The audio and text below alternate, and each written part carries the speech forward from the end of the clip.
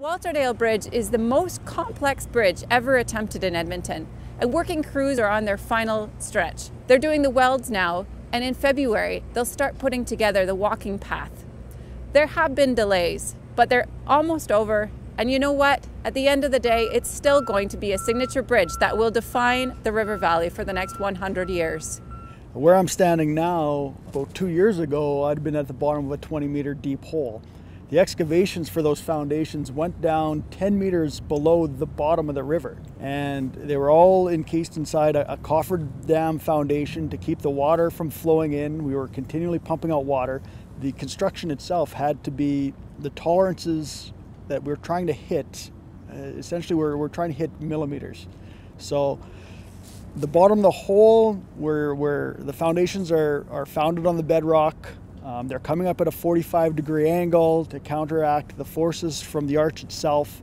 As unimpressive as that piece of concrete looks right now, a lot of work went into making sure it was in the perfect spot and space to be able to receive the steel pieces that were basically fabricated on the other side of the world. As you're designing a bridge, it's sort of a trial and error procedure to get the forces to go through the structure in the way you want it.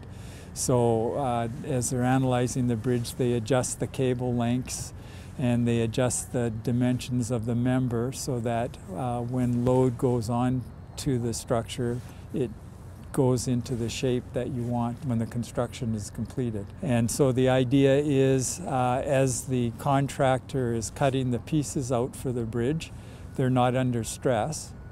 But as they get loaded during the erection procedure and construction procedure, they take on stress. So the members that are in compression get smaller, and the members that are in tension get longer. And so the arch rib members tend to get shorter, and the cables tend to stretch. And so the contractor has to account for that as they're fabricating the pieces.